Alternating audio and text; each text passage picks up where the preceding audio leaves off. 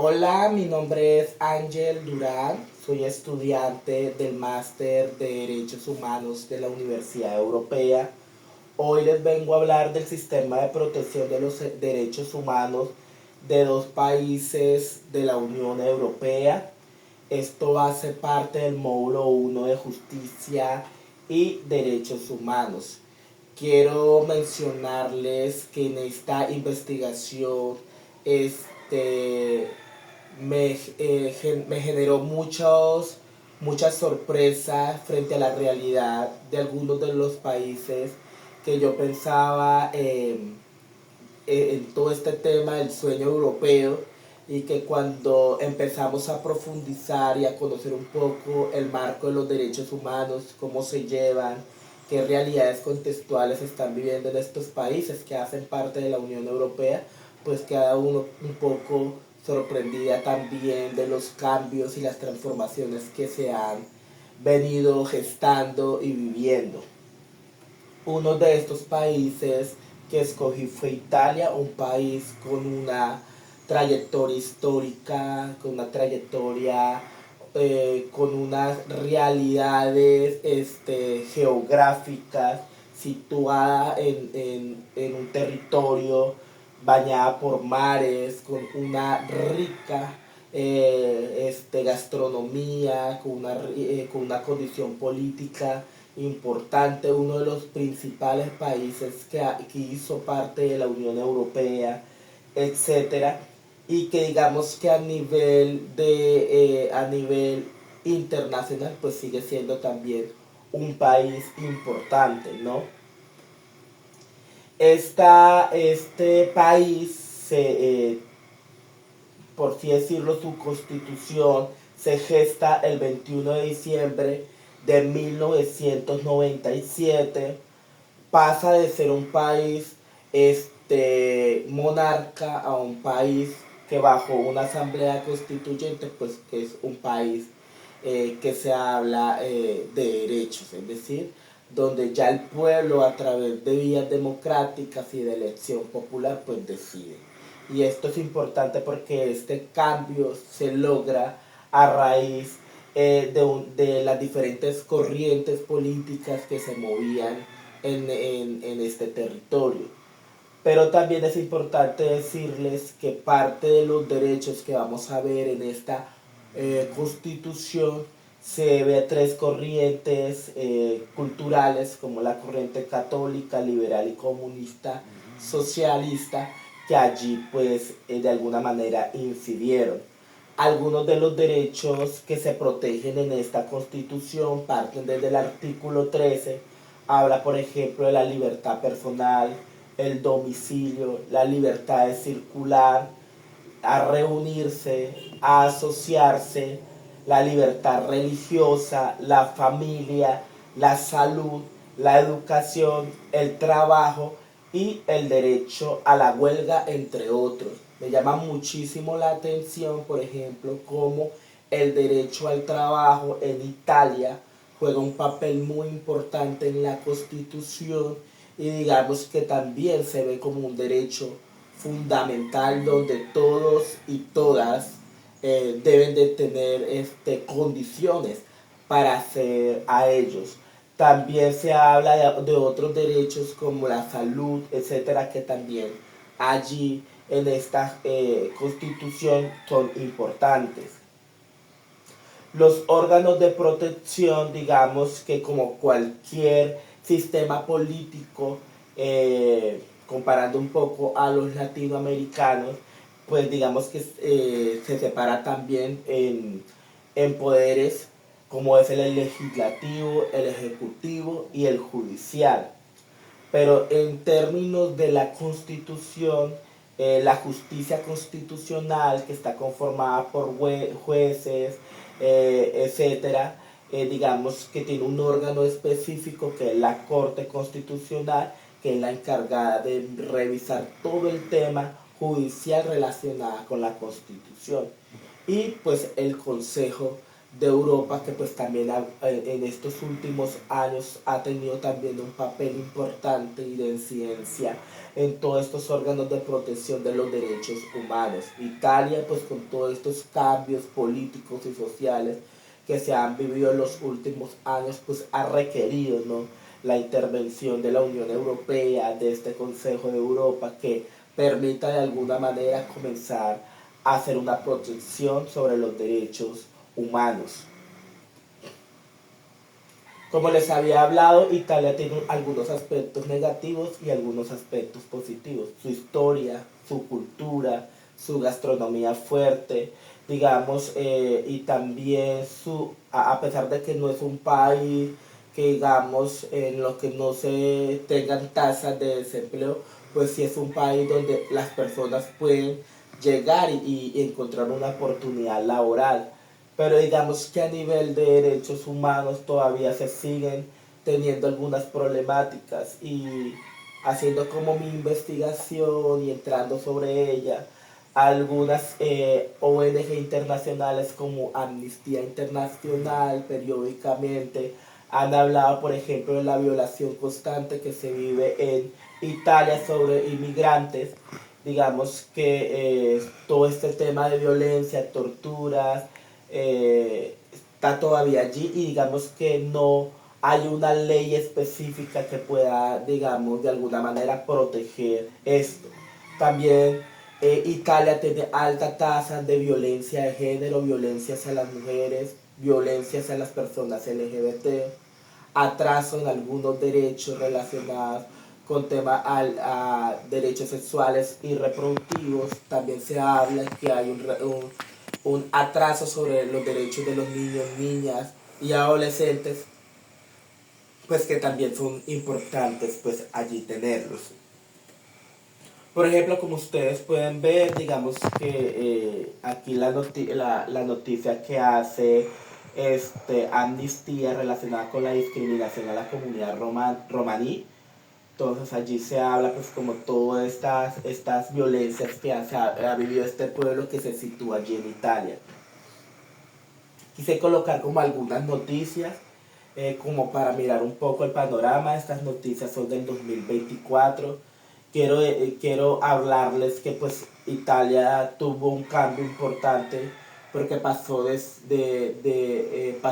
un gobierno, digamos, más de, llamaremoslo central, más de central izquierda a un gobierno de ultraderecha. Yo lo leo de esa manera. Hoy por hoy pues Italia tiene un gobierno de ultraderecha, y es un gobierno que ha venido hablando un poco, tensionando un poco sobre derechos que ya se habían alcanzado en Italia.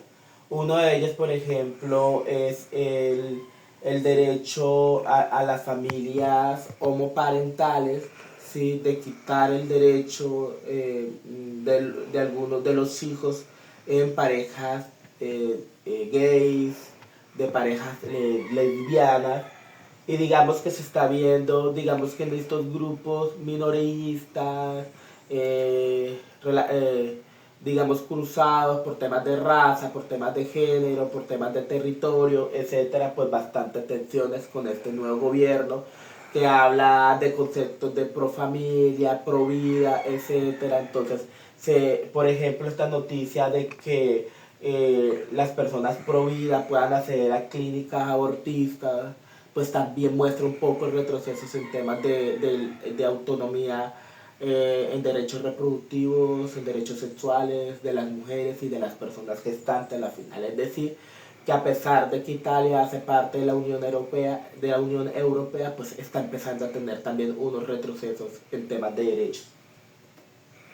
Y luego viene Alemania, un país que también hace parte de la Unión Europea, un país que se ha caracterizado y que se ha concebido no solo por los latinoamericanos, sino por todo el mundo, un territorio, un país donde los derechos humanos, pues, donde se puede vivir tranquilamente, donde ha habido un avance y un desarrollo importante, donde digamos que se ha promovido, donde se ha legislado normas que protegen los derechos de minorías, de defensores de derechos humanos, etcétera, y que sigue siendo un país a nivel internacional que avanza en todos estos temas, ¿no? En este país, si bien no hay una constitución, hay una ley fundamental que se acuerda el 8 de mayo de 1949. Allí nosotros encontramos algunos derechos que son importantes, como la dignidad humana, la libertad de acción, la igualdad, la libertad de creencia, de conciencia y confesión, la libertad de opinión, el matrimonio, la familia. Se habla mucho del sistema escolar, de la gratuidad del sistema escolar hasta los 8 años de edad para las personas, la libertad de reunión, el derecho al asilo, el derecho de petición, entre otros. Digamos que se habla de unos derechos fundamentales relacionados con el tema de proteger la dignidad humana, de proteger, pues, digamos, estas áreas que son supremamente importantes para el ser humano y para su integridad. Y hay unos órganos de protección que se hablan allí. Por ejemplo, está el Tribunal Constitucional Federal, encargado de garantizar la conformidad de las leyes con la ley fundamental. Está el Tribunal Europeo de Derechos Humanos, con jurisdicción para conocer las denuncias relacionadas en términos de derechos humanos. Ellos tienen un Consejo de Europa que es el encargado también de revisar qué violaciones relacionadas con los derechos humanos pues se han dado. Y está el Alto Comisionado de los Derechos Humanos, que es una institución independiente encargada de velar por el respeto de los derechos, en este caso de los ciudadanos. Esto es importante porque digamos que Alemania ha trabajado fuertemente en su articulación con la Unión Europea para el tema de derechos humanos.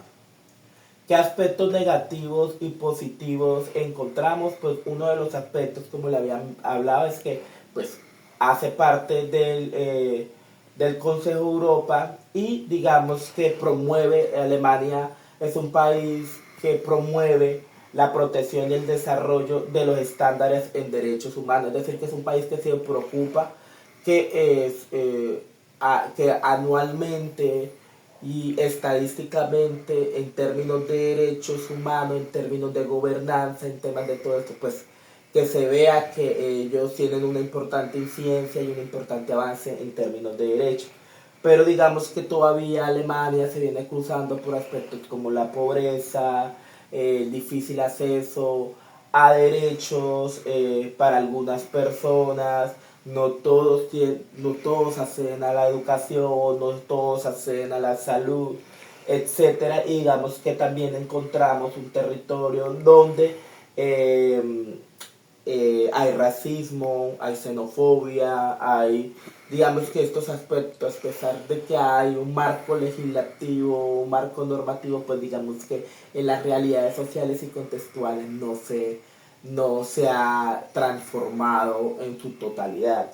Y para el tema de los cuerpos y las personas LGBTIQ+, pues se habla de que Alemania es un país que para las personas LGBT pues es accedente, es un país donde se protegen los derechos de las personas LGBTIQ+, y con eso no quiero decir que la discriminación hacia las personas LGBTIQ+ no exista. Algunas noticias, digamos que se están presentando algunas tensiones por los cambios políticos y sociales para estas nuevas elecciones. Digamos que se ha posicionado también los movimientos políticos de ultraderecha, y esto va de alguna manera a gestar cambios importantes de las realidades sociales y en términos de derechos allí en este país. Digamos que hablando del Estado de Derecho, digamos que nosotros reconocemos que hablando de la Unión Europea, ellos se fundamentan en un Estado de Derecho donde se respetan, ¿no? Estos derechos, pero también las libertades del ser humano. Pero a pesar de que tiene unos principios democráticos, etcétera, estos cambios de gobernanza relacionados con, digamos, con partidos políticos que de alguna manera en su incidencia se habla de transformar algunos derechos, como el derecho de las mujeres, derechos de las personas LGBT, derechos de las minorías, etcétera, derechos que se han alcanzado, digamos que sitúa este Estado de Derecho no tanto en la igualdad, no tanto en la integridad, no tanto en esas libertades, sino que empieza a tensionar, ¿no? A tensionar y a promover los cambios normativos y legislativos que de alguna manera van a hacer un retroceso en derechos. Este era un poco de lo que les quería hablar el día de hoy. Aquí pueden encontrar algunas de las referencias bibliográficas en las que me situé para hablar de esto. Si bien no les iba a hablar de historia de cada uno de los países ni nada de esto, creo que con este análisis investigativo pues situamos un poco las realidades de este país y cómo está en términos de derechos humanos. Gracias por el momento y el espacio y ojalá les llame la atención y les parezca interesante esta intervención.